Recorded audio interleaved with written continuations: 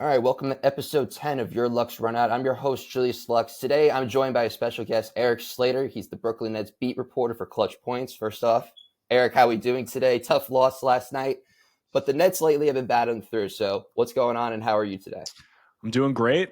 Always a nice opportunity to talk Nets ball on a weekday morning, and I'm just trying to keep up with the twists and turns of this Nets season, which, as always, is not the easiest task. Not the easiest task. This was a team, of course, we thought they were building for the future, and as of late, they're playing great. And building for the future involves stocking up draft picks. And one of their guys that they ended up keeping at the trade deadline, Cam Johnson. We saw a lot of wild trades at the deadline. I'm sure you were on the hustle with everything. So keeping Cam Johnson, that was a tough decision to make. That was a question that Brooklyn Nets fans were wondering. Was it a boost of confidence building around him, or do they think they can grab value for him in the offseason depending on how this season ends?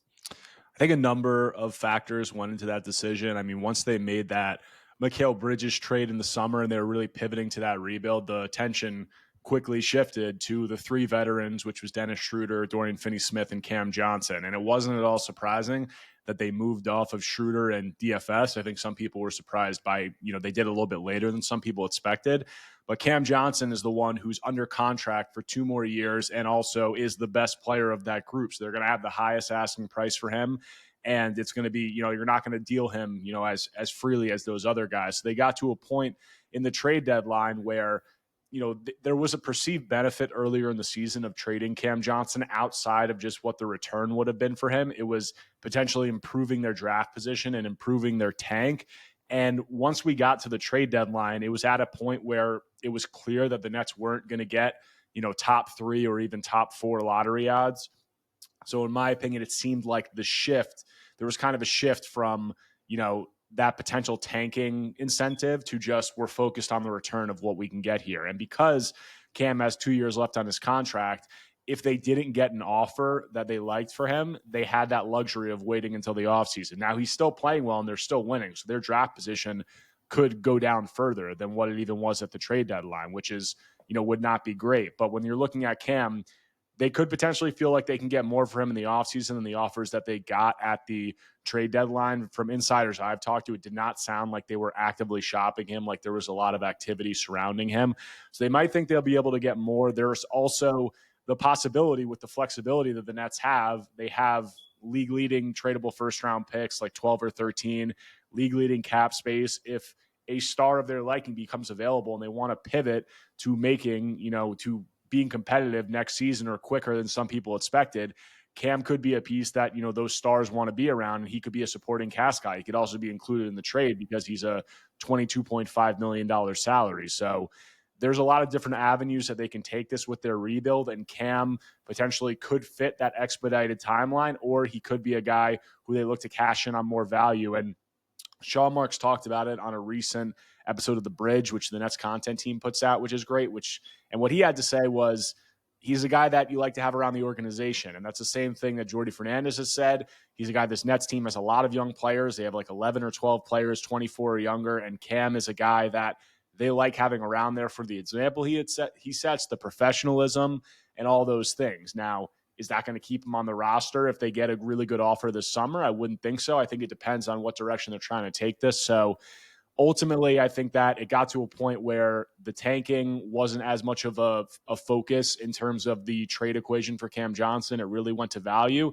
They didn't get the offers that they liked, or they weren't actively shopping him looking for those offers. So they could revisit it in the summer, or he could be a player if they look to expedite this timeline that they look to keep around. So that's kind of how things shook out with Cam Johnson. DFS, Dorian Finney-Smith, and Dennis Schroeder were shipped off. And then, as you mentioned, Cam Johnson was more for value. Now we're seeing the Nets play well as of late. They're 7-3 over the last 10 games. We know they're building for their future with the draft stock that they've piled up. Has there been a shift in ideology and their direction for the future as the way they've played as of late, or do they still plan on the future? It's kind of been tough to tell because that's been the whole conversation of the season. As I said, when they made that Mikal Bridges trade, it was everybody I talked to. All the fans had this expectation. All the plugged-in NBA people I talked to, they're tanking this season. It's clear as day. This is going to be a tank season. Then they started winning, and it wasn't, clear what direction they were going with this. But then The first day that they could, they traded Dennis Schroeder. Then they move off DFS later. They bring in D'Angelo Russell, but that was more just a byproduct of him being the aspiring matchable salary that the Lakers could send back. So, they had that stretch in January where they were 2-15, but a lot of guys were injured during that stretch. And that kind of, propelled them to looking like they could have a shot at getting top 3 lottery odds. But then they return and they win, 7 out of their last 10 here. And that's really put them, that the top lottery odds are a thing of the past. And the way that it seemed to me is that this team's winning right now. And while I do think, obviously, the front office recognizes the importance of that draft pick because they made those moves when they did, of trading away Dennis Schroeder, the urgency they showed with that the first day, they recognize that this is an important draft pick, but they haven't seemed like, to me, they're willing to do things that are necessarily going to handicap this roster, or handicap this team on a nightly basis, hold guys out for injury, rest guys. This team's been winning, and when guys are available to play, the impact guys, Cam Johnson, Nick Claxton, D'Angelo Russell's out the last couple of games because he has a legitimate injury. They're not just resting these guys, and they're not going to hold these guys out, and they're not going to handicap this team's ability to win. So, it kind of seems like they're playing it a little bit down the middle. Do I think that they want to fall further in the draft lottery standings? No. But do I think also, while this team is playing well and Jordi Fernandez, is coaching and they're coaching really well and there's a lot of excitement around the group, do they necessarily want to handicap this team and, just go all in on tanking and trying to stack losses? They haven't shown anything, that indicates that that's the direction that they want to go. So right now it kind of just seems like they're letting it play out. The chips will fall, where they will. They're going to have Cam Thomas coming back soon. So all of those things, it's kind of just the chips fall where they may. And that might anger some Nets fans. Some Nets fans might like it, depending on which side of the equation you fall on. But it seems like that is, the picture that the organization is taking right now. So, yeah. They've beat some tough teams this year, especially Houston twice, which is tough. However, last night they fell to the Washington Wizards, who won their 10th game last night. 19th game all year for the Nets, scoring less than 100 points. That's second in the NBA. What can the Nets take away from last night to move on as they contend for the play-in spot? Yeah, I think last night was just a case of, it's been really strange because during this 7-3 stretch that the Nets have put together, they are the NBA's worst offense. They score the least points per game in the NBA during that stretch. And it's very unusual to be last in the league in offense over a 10-game stretch and to win 7 games. And obviously the reason they've been able to do that is because they had the NBA's best defense during that stretch. And I think last night was a case of those offensive struggles really catching up with them. Like we saw them come out hot again on Saturday against the 76ers. They slowed down in the second half, but they were able to find that offense down the stretch of the game with Keon Johnson hit a few big shots. Trendon Watford was really handling the ball handling responsibilities and doing a great job. But during this Washington game, it kind of played out similarly where they needed those buckets down the stretch. And Marcus Smart stepped up. He did a great job on Trendon Watford. They didn't hit their outside shots. They went from 4.5 minutes left until the final 15 seconds of the game, they didn't score.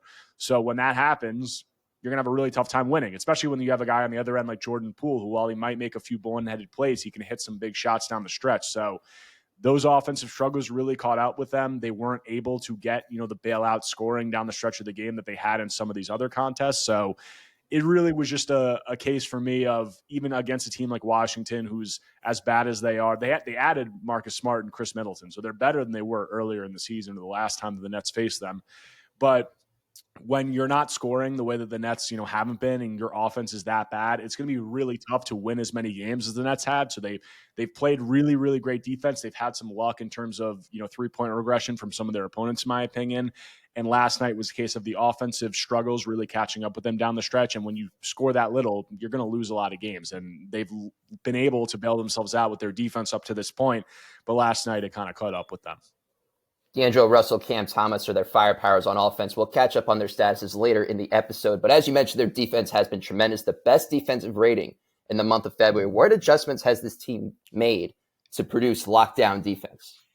Yeah, they've kind of they've been shifting, towards a certain pick and roll coverage all season, which they've been going away from switching, which is what they did with Nick Claxton a lot during the last 2 seasons. And they've been, first of all, they pressure the ball really well. They have guys like Keon Johnson and Zaire Williams who are really good at pressuring the ball and are really pushing up into passing lanes and doing all that stuff. So when you have two guys like that who you can put at the point of attack, who are bought in and, focusing a lot of their energy on the defensive end, that kind of is the foundation for everything. And then in terms of the pick and roll defense, they've been doing a lot of hedging and recovering with Nick Claxton and their big men. So on those ball screens, they're not in the drop coverage, which means the big man is, sitting back. They do that sometimes, but they've been doing a lot of hedging and recovering.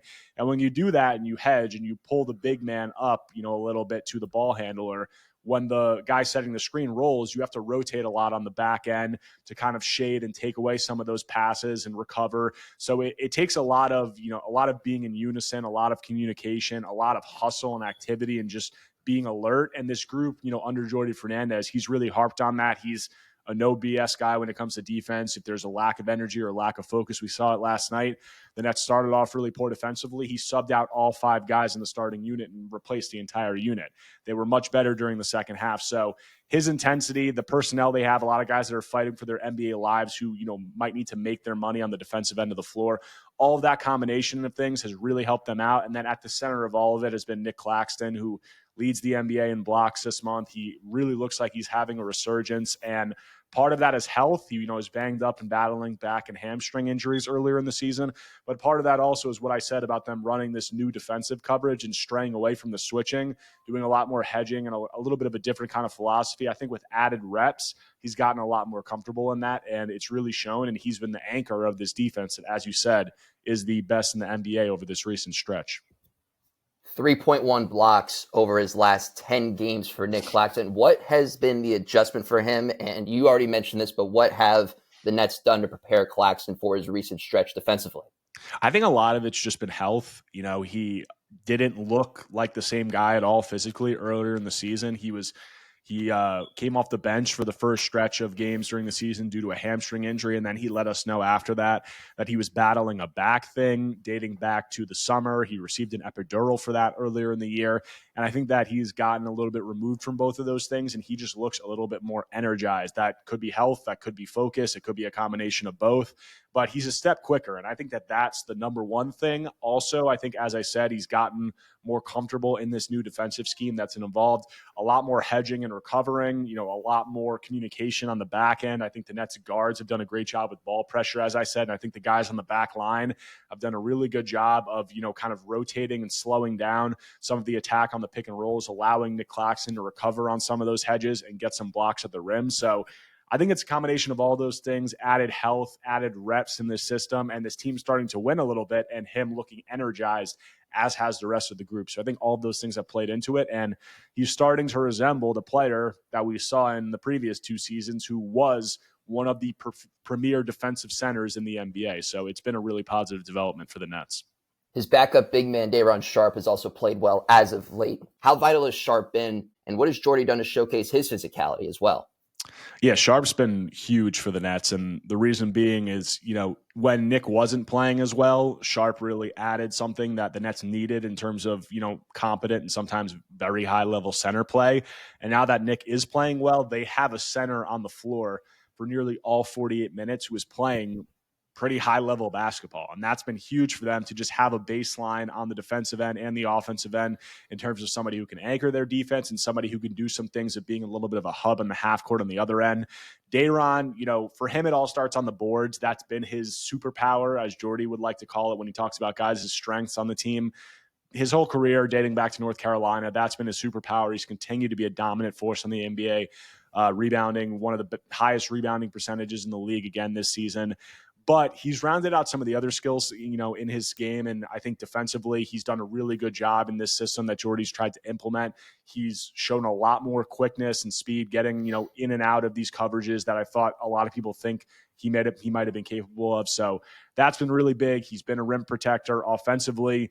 He showed some of these things in terms of offensive rebounding, obviously is his top strength, but finishing around the rim, some of his court vision, being able to make some of these passes. He had a few great passes last night, kind of being a little bit of a hub, playing out of the mid post for them. So he's done all those things. He's looked like, really a high level rotation big in the NBA, and he's a free agent this offseason, going to be a restricted free agent alongside Cam Thomas and Zaire Williams. And I think that he's a guy that potentially NBA teams, not a lot of teams have cap space around the league, but these teams that have access to the full mid-level exception, which would be around $13 million, Day'Ron's playing so well to a point where he might receive some offers like that, and the Nets are going to be put out of a position where they're going to have to decide whether or not to match. And based on how he's playing, I would be very surprised if the Nets let him get onto another team next season. So it's been a really positive season for Day'Ron overall, and Nick as of late coming in and kind of having a resurgence. It's that Nets center rotation has been at the center of a lot of their success. Day'Ron Sharpe was also banged up for most of the part this year, so seeing him get back in a rhythm is nice to see. Yep. Trendon Watford as well scored double figures over his last 6 games. He was also banged up quite a lot this season. What have you seen from Watford, and what makes his skill set so unique? Yeah, Watford, has really taken advantage of an opportunity since returning from injury overall, but over these last 5 games since the Nets bought out Ben Simmons, they have a glaring hole at point guard. He stepped in and really had no issues filling that hole. And then we saw in that Philly game with D'Angelo Russell also out, he really became the main go-to guy down the stretch. And Trendon offers just added shot creation and ball handling, which is really at a premium on this Nets team. They do not have a lot of guys who can get to spots and get their own shots comfortably, routinely. They've frankly, when D'Angelo and Cam Thomas are out, they really don't have any. They have some guys like Keon Johnson who can do it once in a while. Cam Johnson's been a lot better in that area in this season, but he's not a true self-creator. And Trendon's just been able to do that because he's a guy who's 6'8". He has really natural ball handling ability. He's able to, kind of drive, use his physicality to get into the lane. He has a really deadly floater. He can also probe in the pick and roll and do some of those things. He can post up if you need him to. So he adds shot creation and tools to his skill set and ability to score outside of the structure of just a flow of an offense that not many other guys on this Nets roster have. And he's also looked a little bit better making some reads and making some passes. He struggled down the stretch last night with Marcus Smart, who got really physical with him. So some growing pains obviously there as a lead ball handler down the stretch of a game, which is something he hasn't done a lot. But I just think his skill set's very unique because he's 6'8". He's this guy who's really big. He's like power forward size. He played small ball center with the Trailblazers his first 2 NBA seasons, but the Nets kind of saw this ball handling ability that he has, and were intrigued by it and have really tapped into that. And he's looked like a guy who, is really comfortable creating his own shot against NBA defenses. So I think that his skill set as a big physical guy who can get to the rim and create his own shots has been really interesting. If he can start to get more, comfortable making reads and be a hair quicker on some of those reads and those passes, along with potentially expanding his 3-point range and volume, it could get really interesting. But he has a baseline of skills where I think that he'll be on an NBA roster for a long time because he has something that even as just a guy who's out of the rotation and you can lean on to come in if some guys are injured, he has some shot creation that I think every NBA team is going to value. So he's done a really great job this season when called upon. You mentioned Marcus Smart. Got to give credit where credit's due. He played some lockdown defense last night, showing us why he was a former defensive player of the year. Yep. And with the offensive spark that they do need, as you mentioned, guys like Keon Johnson, other guys have stepped up. D'Angelo Russell went down a few nights ago against the Cavaliers. Cam Thomas has been out for quite some time. What are their statuses moving forward? Yeah, so D'Angelo he sprained his ankle against Cleveland. He missed the last 2 games. Jordy said that they were going to reevaluate him when they came back from that 2-game road trip. So today, later on today, we'll get his status for the next game, but wouldn't be surprised if he missed a little bit more time after that Cleveland game. He was on a scooter, which, isn't crazy indicative of what his status is going to be, but it was a significant ankle sprain. So it would not be at all surprising for me for a Nets team that, while they are making this play-in push, the focus should still be the draft position. So holding him out longer would not be the worst thing in the world for this team, especially in a game against the Thunder. They're going to be massive underdogs. So we'll see with him. Cam Thomas participated in 5-on-5 scrimmages for the first time since injuring his hamstring. I think it was on January 2nd. He participated in those scrimmages on Thursday. Jordy Fernandez said he looked great. said he scored a lot, looked like his normal self. So he's kind of got to check a few more milestones after that, and then he'll be back in the lineup. But Jordy said it was going to be soon. He said that on Saturday. So Cam missed this game on Monday, but he could potentially return for this game against Oklahoma City, or maybe Friday's game. So it should be, I think, this week we probably see Cam back in the lineup, because once you're playing 5-on-5, you're really close, and it's been like we're pushing 6-7 weeks that he's been out. So I think the Nets have been really careful, because this was Cam's second hamstring injury, left hamstring injury. He was out 6 weeks. He came back for 2 games, and on the second game back, he re-injured that hamstring. So they've been careful with him, but I think he's getting to a point where he's going to be ready, and he should be back in the Nets rotation soon, as Jordy said. So I'd be eyeing, Wednesday or the Friday or Saturday matchup to see him back in the lineup. If we get to see him against Oklahoma City, that would be a huge offensive boost to the best team in the NBA right now. They did lose last night to the Minnesota Timberwolves, blew a lead as big as 25 points. What can the Nets do against the Oklahoma City Thunder to keep the game close and keep it competitive? Pray.